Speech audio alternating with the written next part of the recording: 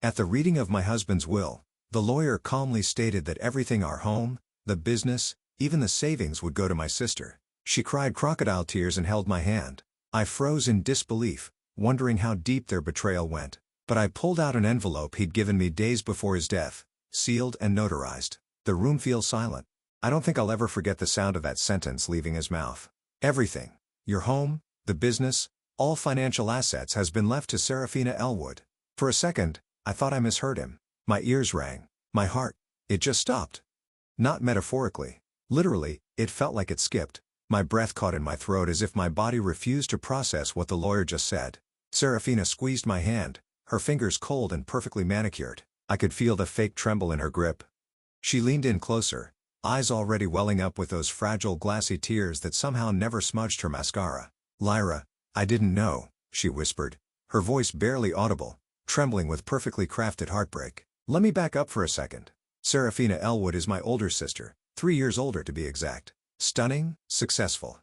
The type who walks into a room and makes it feel like a magazine cover. People love her. She knows it. She's been charming her way through life since we were kids. But to me, she was still my sister, my family, my safe person. At least I thought she was. I didn't say anything.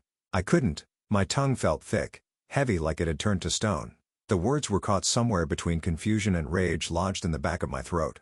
I stared at Mr. Holden, the lawyer, expecting some kind of correction, some cruel joke followed by a more reasonable truth. But he only blinked slowly, looking down at the folder in front of him. That folder held my life, and it had just been handed over to my sister. The room was painfully still. The air conditioning suddenly sounded like it was roaring in my ears. I could hear the faint tick of the antique brass clock on the corner shelf, counting down the seconds of what had just become a completely different reality. My fingers twitched. I wanted to say something, to scream, to demand an explanation. But instead, I just sat there, frozen, hollowed out by disbelief. My body stiffened in the leather chair as if bracing for an impact that had already hit. How? Why? Those were the only words repeating in my head like a broken reel. Why Serafina? Why not me? Why everything? I looked over at her. Her bottom lip quivered like she was about to break down. Her hand brushed a tear off her cheek. It was a beautiful performance. I'll give her that, Oscar-worthy. But then something flickered. For just a moment, just one fraction of a second, her eyes shifted, sharp, quick, calculated. She glanced at the will in Mr. Holden's hand, then at me, and then back to her weepy expression. Her gaze flicked back like a rubber band snapping into place. That was when I knew. She knew. The tears weren't shock. They were relief. She'd been waiting for this moment. I could hear my heartbeat now, loud, pounding in my ears. My nails dug into my palm. That's when I felt it, the envelope, still tucked safely inside my bag. The one Callum gave me just days before he died. Wax sealed, his initials on the back, heavy with something I hadn't dared open, something I thought was just a formality, insurance paperwork, a note to say goodbye. But now, I remembered his eyes, the way they looked at me when he gave it to me. Sad, yes, but alert, intentional. Open this only if something doesn't feel right. His exact words, and nothing about this felt right. I loosened my grip on Serafina's hand and pulled it away slowly. She blinked at me, her head tilting slightly. Picture of hurt and concern, but I didn't match her expression. I didn't give her anything. I reached into my bag, fingers trembling slightly as they found the edges of the envelope. It was time. Time to hear the truth. Caleb didn't trust anyone else to deliver. I stood up slowly. Mr. Holden raised his brows. Serafina's smile froze, just barely, like a mask slipping out of place. I placed the envelope on the polished oak table between us and said calmly, "There's something else. Something Callum wanted read, just in case." And in that moment, the room fell silent. To understand why that moment hit me so hard, why I felt like the floor had dropped out from under me when Serafina's name was read, you have to know what life looked like before the silence, before the will, before the envelope. Caleb and I had been married for 10 years. 10 years of chaos and beauty, of designing a life, literally. We ran a boutique interior design firm together called Juniper and Brass. We built it from the ground up, laying tile samples on our kitchen floor at midnight and arguing over fabric textures like it was life or death. That business was more than income. It was our identity. And then came the diagnosis. It started with Callum forgetting things, tiny things, keys, a client's name. At first, we joked about it. We were just too busy, right? But then, one day, he forgot how to get home from the office. That was the day everything changed. Doctors confirmed it was a rare neurological disorder. Fast, unforgiving. There was no treatment, just time, and not much of it. I felt like I was drowning in slow motion. That's when Serafina swept in. She was always the one with answers, the oldest, the most composed, the one who somehow never let life touch her too roughly. She arrived the day Caleb got his final diagnosis, heels clicking on the hospital floor, her black coat still dusted with snow. She hugged me like I was fragile glass and said, "You don't have to do this alone, Lyra. I'm here now." And she was, constantly. She took over managing the appointments, organizing the medications, even helping with our clients just to keep things afloat. Everyone praised her, friends, nurses, even Kylam. "You're lucky to have a sister like her," they all said. And for a while, I believed them. But there were things, small things, the kind you dismiss when you're exhausted and scared, like how Kylam would stop talking the moment I entered a room, or how Serafina always seemed to have his phone, answering calls, replying to texts, like some efficient executive assistant I never hired. I remember one night walking past Caleb's study and hearing their voices, low, fast, urgent. When I stepped in, they both stopped. Serafina smiled that wide, sugar-sweet smile and said, "We were just figuring out how to update the business contracts." Something about her tone didn't sit right, but I was too tired to push it. And Kylam, he looked guilty, not panicked, not scared, just guilty. I brushed it off. My husband was dying. My sister was helping. Why was I being so paranoid? But paranoia is just instinct we haven't learned how to explain yet. In those final days, Caleb barely spoke, but one evening, he called me into his room. His voice was rough, barely there. His fingers trembled as he handed me a thick sealed envelope with his initials in wax. "Lyra," he said, eyes locked to mine. "Open this only if something doesn't feel right."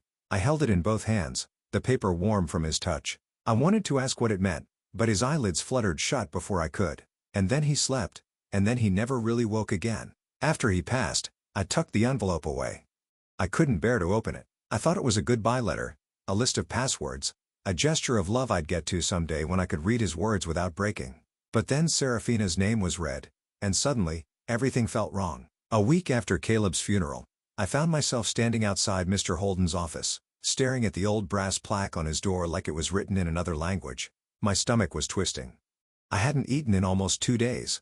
Couldn't. My whole body felt hollow, like grief had chewed me up and spat out a ghost wearing my skin. The office was quiet, warm, too warm, the kind of warm that makes your skin itch under your clothes. I sat down on the edge of the leather chair and tried not to breathe too loud. Serafina sat beside me, all black silk in perfect posture. She looked like she'd stepped out of a morning fashion catalog, a tasteful pearl brooch, a single teardrop earring. "Of course," she cried, soft, dabbing tears with a linen handkerchief. Not the kind of crying that leaves you gasping and red-eyed like me at the funeral, but the kind that draws sympathy, admiration, attention. She patted my knee. Her voice was hushed. "Whatever he left behind, Lyra, it was yours first. You know that, right?" I just nodded, even though her words felt like ice down my spine. Mr. Holden walked in, his presence instantly commanding. He was a tall man, broad shoulders, kind eyes. Caleb trusted him, so I did too. He sat behind the polished desk and opened a thick folder with our names on it. Mine, Callum's, Serafina's. He cleared his throat. Per Callum Thorne's final will and testament, the entirety of his estate, including real estate, business assets, and financial accounts, will be transferred to Serafina Elwood. That moment, I can't describe it properly. It was like the air was sucked out of the room. My ears rang. My vision tunneled. I swear the walls got smaller. I blinked once, twice. Serafina let out a soft gasp like she was as shocked as I was. She reached for my hand, clasping it tightly. "Lyra." I had no idea. I would never. Her voice broke like glass, and for a moment, I almost believed her. But then I looked at her face, and I saw it. That flicker, that half-second where her eyes darted to the folder in Mr. Holden's hands, then back to me, like she needed to check if I bought it, if I was still playing my part as the grieving, clueless sister. And just like that, everything shifted. I didn't cry. I didn't scream. I just sat there perfectly still. But inside, my thoughts were racing so fast they collided with each other. How could Callum do this to me? Why her? What am I missing? Then I remembered, the envelope. I could practically feel it through the fabric of my handbag tucked safely in the side pocket where I hadn't dared touch it since the day he gave it to me. Callum's words whispered through my memory like a slow echo. "Open this, only if something doesn't feel right." Well, nothing felt right. I stood up so slowly, the chair barely creaked beneath me. Mr. Holden paused mid-sentence. Serafina blinked up at me, her expression still frozen in its carefully constructed grief. I reached into my bag and felt the thick edges of the envelope, the wax seal still perfectly intact. My fingers trembled, not from fear, but from the sudden certainty that everything was about to change. "Mr. Holden," I said quietly, "there's something else Callum left. Something he said to bring if things didn't feel right." I laid it down gently on the table right in front of him. Serafina didn't move, and that's when I realized she already knew exactly what was in it. The envelope was heavier than I remembered. It rested on the center of the table like a stone, sealed with deep red wax, Callum's initials, CT, still pressed perfectly into the surface. I couldn't stop staring at it. That seal had felt like a symbol of love when he first gave it to me. But now, it pulsed with something deeper, something ominous. Mr. Holden adjusted his glasses. His expression shifted from mild confusion to focused concern as he reached for it. "Where did this come from?" he asked, gently turning it over in his hands. I swallowed hard. My voice was low, but steady. "Callum gave it to me 3 days before he passed. He said, only open it if something didn't feel right after he was gone." Serafina let out a soft breath, almost like a scoff, too quiet to call out, but loud enough that I heard it. I didn't look at her. I couldn't. If I did, I might lose the calm I was clinging to by a thread. Mr. Holden carefully broke the seal, the wax cracking with a soft snap that made my entire body tense. He pulled out several sheets, legal stationery, and a handwritten note clipped on top. His eyes scanned the paper. His eyebrows began to slowly draw together. He didn't speak right away. He just read. The room felt colder suddenly, though I could see sunlight through the blinds. My palms were damp, my chest tight. I could hear every tick of that damn brass clock in the corner, like it was counting down to some invisible explosion. "What is it, Callum? What did you leave me?" Finally, Mr. Holden cleared his throat. He looked up at me, and there was something new in his expression. Something that hadn't been there before. Respect, and something else, concern. "Lyra, this document is legally binding," he said slowly. "It's a notarized codicil, direct amendment to Callum's previous will. It overrides the original." I blinked. "Overrides?" Serafina stiffened beside me. "What do you mean, overrides?" she asked quickly, the softness evaporating from her voice like mist burning off in the sun. Mr. Holden lifted the handwritten page. "This is Callum's final letter, and I'm instructed to read it aloud in the presence of both parties." He paused, looked between us. I nodded. Serafina didn't, but he began anyway. "To Lyra, my wife, if you're hearing this, then something happened that I feared might. I'm sorry. I failed in more ways than you'll ever know, and this letter is part of my attempt to set things right." My lungs tightened. The room was fading around me. All I could hear was Callum's voice in my head as if he were standing behind me. Mr. Holden continued. "Months before my diagnosis, I made a terrible mistake. I was vulnerable, confused, and in that moment of weakness, I trusted the wrong person, someone I never imagined would use my illness for their own benefit." My stomach turned. Serafina's nails tapped against her armrest. She wasn't crying now. Mr. Holden didn't stop. "Serafina convinced me to sign a new will, assuring me it was temporary. She said she was protecting you, but I realized, too late, that she was positioning herself to take everything." There it was, the truth laid bare. Mr. Holden looked up from the letter almost apologetic. "This codicil reverses the estate transfer. Callum left everything to you, Lyra. The house, the business, the savings, it's all yours." Serafina's chair creaked as she leaned forward, voice sharp like broken glass. "That's not possible. You're not seriously accepting that over a signed will." But Mr. Holden cut her off, calm and unwavering. "This document is dated, witnessed, and notarized. It holds up." Serafina's face shifted. No more sadness. No confusion. Just rage, quiet and simmering.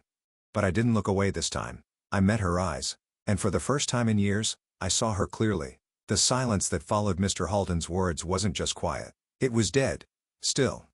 Like the room itself was holding its breath. Serafina didn't speak. Not right away. Her expression had frozen somewhere between disbelief and fury. The hand that once clutched mine so tenderly now gripped the edge of her armrest, knuckles white. I didn't move. I didn't blink. My eyes were locked on hers, and for the first time, I didn't look away because I knew. Every suspicion, every uneasy glance, every night I'd tossed and turned, wondering if grief was making me paranoid. This moment proved it all. I wasn't paranoid. I was right. Mr. Holden placed the envelope and its contents beside the folder that once held the original will, now null, useless. A puppet document written under manipulation. He cleared his throat softly, looking toward Serafina. "If you have any objections, Miss Elwood, you'll need to file them formally. But I'll be honest with you. This document is ironclad. Your window to contest it is slim, and Callum left a very detailed trail. Serafina laughed. Once. Sharp. Bitter. He was sick. He didn't know what he was doing. You're really going to take the word of a dying man over a legal document signed weeks earlier? I turned to her slowly. You mean the one you pressured him into signing while he could barely think straight? The one you helped him draft while I was out filling prescriptions? Her eyes snapped to mine. There it was, that flash like lightning, all pretense gone. You don't understand what he wanted, she said, her voice lower now, colder. He was scared. He needed someone who could take control, who actually had vision. You were falling apart. He was my husband, I cut in. My voice didn't waver, though my chest was pounding. And I was your sister, she fired back. I was doing what neither of you could do, protecting what he built. Mr. Holden's pen clicked softly as he closed the file in front of him. Regardless of your motives, Miss Elwood, Coyle made his final decision, legally, authentically, and with absolute clarity. She stood abruptly, her chair scraping against the hardwood. Her breathing had changed, shallow, clipped. I saw the truth in her then, plain and unfiltered. She had never come to help, she had come to take. Coyle had been her opportunity. And for a while, she'd won. Until he saw her for who she was. Until he remembered who he was, who we were. And now he had spoken from beyond the grave, through ink and parchment, with more clarity than he'd ever had while alive. It wasn't about the money or even the business. It was about trust, about truth, about giving me something no one else had since the moment he died. A voice. Serafina didn't say goodbye. She just left, coat over her arm, heels echoing in the corridor like a warning shot fading into silence. I sat there for a moment after she was gone. My body finally released the tension it had been holding for days, maybe weeks. I looked at Mr. Holden, who gave me a small, almost sympathetic nod. He meant for you to have this, he said gently. I nodded. I couldn't speak just yet. My throat was tight, but not from grief. It was something else now, something I hadn't felt since Caleb got sick. Strength. Not the loud kind. The earned kind. The kind that's built through fire, forged through betrayal, and sealed with truth. I gathered the envelope and the amended will, my fingers brushing Caleb's signature. One final act of love, one last safeguard, and I thought to myself, he knew her, he knew me, and even in the end, he chose me. It's strange how silence changes once the storm passes. That room, where minutes before, my world had tilted and nearly cracked in half, was now calm. Not just quiet, but peaceful. I could finally breathe deeply without the weight of doubt sitting on my chest. The letter, the envelope, the truth Callum left behind. It didn't just change the legal outcome, it changed me. For days after, I kept the envelope on my nightstand. I'd catch myself staring at it before falling asleep, not because I needed to reread it, but because it reminded me of something I hadn't felt in a long time, that he believed in me. Caleb made mistakes, I don't deny that. He let Serafina in too far. He ignored things he shouldn't have. And, yes, he betrayed me once. I won't sugarcoat that. But in the end, when he had nothing left but clarity and time, he gave me something so much bigger than any apology. He gave me truth. He gave me choice. And he gave me protection in the only way he still could. The days that followed weren't clean or easy. Serafina sent me one message, a cold clipped voice note saying she wouldn't forget this. I never replied. I didn't need to. She had taken her shot, and she lost. Not because I beat her, but because Kylem chose to see her clearly just once, and that was enough to undo everything she'd built. I took time off from the business after that. I needed to. I needed to find out who I was without him. Without her. Without the chaos. For the first time in years, it was quiet. No one making decisions for me. No one managing me. No one smiling with hidden knives in their hands. It was terrifying and freeing. I started slow, organizing files, repainting the office, updating the logo. I changed the name from Juniper and Brass to Lyra Studio. Simple, honest, mine. I found new clients. I reconnected with old ones. I started saying no more often, especially to people who smiled like Serafina. And somewhere in that rebuilding, I found something I didn't expect to discover again. Joy. Not the loud kind, not the movie scene kind, but the kind that creeps in while you're making coffee in a quiet kitchen, or when you finally sleep through the night without waking from grief, or when you laugh at something dumb on TV and realize you're not faking it anymore. That kind. People ask me sometimes if I forgave Kylan. I tell them the truth. I don't think forgiveness is always loud or pretty. Sometimes it looks like setting the weight down and walking forward anyway. I may never fully understand the choices he made when he was scared, but I will always remember what he chose when he was clear. He chose to leave me the truth. Not a house, not a bank account, not a company, the truth. And that's worth everything. Because when the people you love are gone, What they leave behind becomes your story to carry. And I'm done carrying anyone else's version but my own. So if you're watching this and your gut is whispering, something doesn't feel right, listen to it. I ignored mine for too long. Don't wait for a sealed envelope to open your eyes. Sometimes, the love you need is the truth they were too afraid to say while they were still here. If you made it this far, thank you, truly, for listening to my story. It wasn't easy to tell, but some truths are too important to keep buried. If this resonated with you, even a little, let me know in the comments. I'd love to hear your story too. And if you've ever trusted someone who didn't deserve it, just know you're not alone. Don't forget to subscribe if you want more real stories like this. Raw, messy, honest. And remember, sometimes closure doesn't come in conversation. Sometimes it comes sealed in an envelope waiting for the moment you're finally ready to open it.